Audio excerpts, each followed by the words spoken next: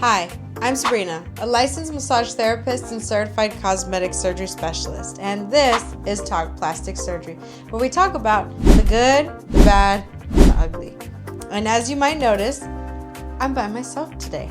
So, every fourth episode, I'm going to go over our good story, our bad story, and our ugly story, and comparing all three different experiences and what you can do to help yourself and learning from these patients' experiences. So, without further ado, let's begin. All right, now let's talk about Patty's story. So at Patty's story, she talks about getting some bumps on her legs and on her stomach called fibrosis. Let's roll that clip. And my knees, he said they should have done something with my knees, but I had all these dots everywhere from where they had withdrawn the fat that did not do anything for me. And that's when I had so much, fibrosis, which I didn't know was fibrosis at the time until I came across Sabrina. Yes. And honestly, once you came into my life and we started working together, it was really fascinating to see how much fibrosis and scar tissue formations were starting to build up actually in Patty's legs and in her waist. Okay, so in that clip, you can see Patty talking about her fibrosis that she had received from her first surgery. And actually, while we were working together, this surgeon had also given her fibrosis on her butt. I had never seen anything like this before, but the fact that he gave her fibrosis on her butt has been one of the biggest uphill battles.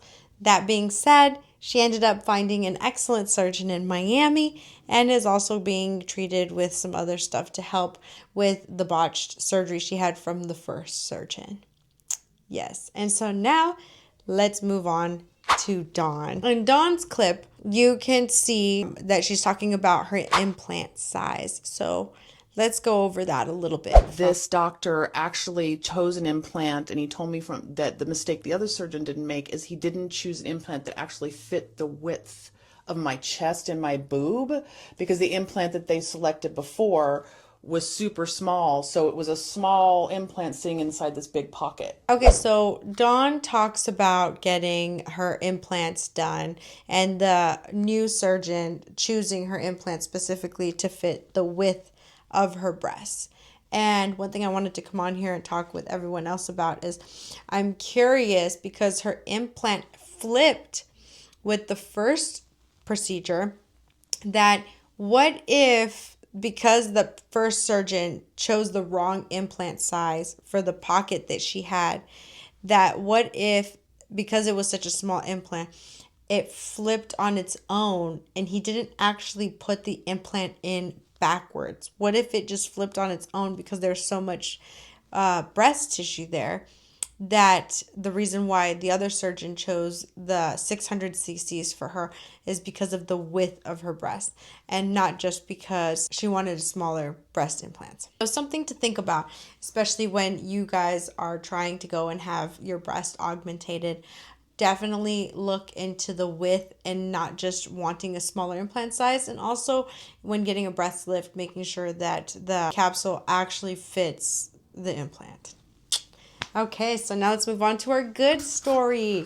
So our good story is Jennifer, and Jennifer was such a fascinating interviewee, and let's roll her clip. Like, did you experience diastasis recti? Yes, I did. And he said that like his whole hand could go in the middle.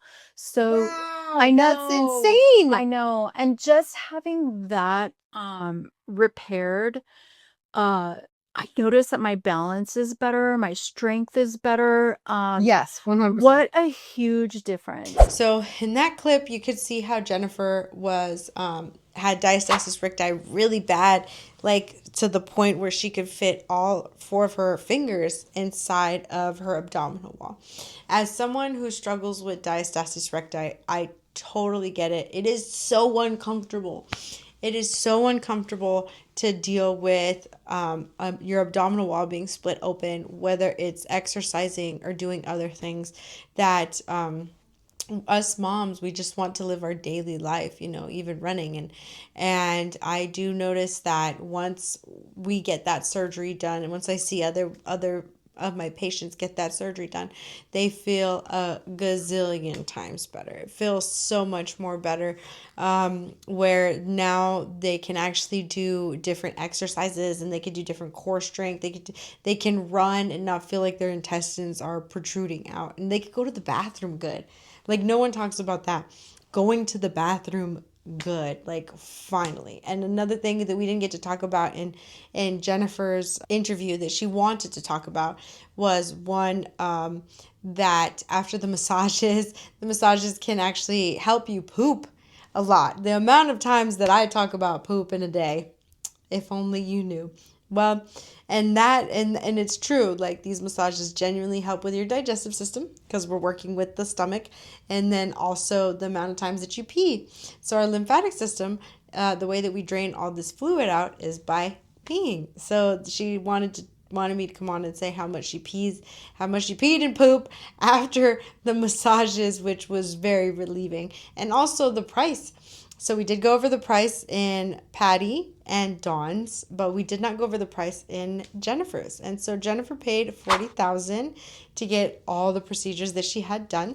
And of course, if you would like to know all the procedures that she had done, I'm going to leave a link at the end for you to go back and watch Jennifer's story. It doesn't matter in the end what procedure you have done, the amount of procedures that you have done, or the amount of money that you spend on your procedure. Because at the end of the day, they all said the same thing when I asked them, what would you advise to someone who was having plastic surgery?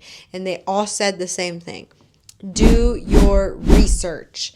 Do your research. Patty had Lipo 360 and she had a bad experience. Dawn had a mommy makeover from hell and had an ugly experience. Years of trauma, years of dealing with a botched body and hating herself. And I'm so proud of her for finally taking the steps to be better. And then Jennifer having everything under the sun and having a good, beautiful, and exciting experience. Because at the end of the day, it doesn't matter. You can have a bad experience, you could have an ugly experience, you can have an amazing experience. But if you have the proper aftercare provider, if you have the proper mindset, and if you go into this knowing what is next, you're going to have an amazing experience. And that's why Dawn and Patty are now having an amazing experience. I'm glad we were able to transform them into bad and ugly to having a beautiful experience. And of course, if you wish to watch those last 3 episodes, please click on either Patty, Dawn, or Jennifer, and you can go ahead and watch those there. Now, have a beautiful evening. Like, share, subscribe, hit the push notifications for some more information, and stay tuned for next week's episode. Next week's episode is quite a gruesome episode, if I have to say so myself. And trust me, you're going to want to watch it. Some back alley stuff happened, and my poor patient went through hell. Episode of hell. Have a beautiful evening, or night, day, morning. Bye.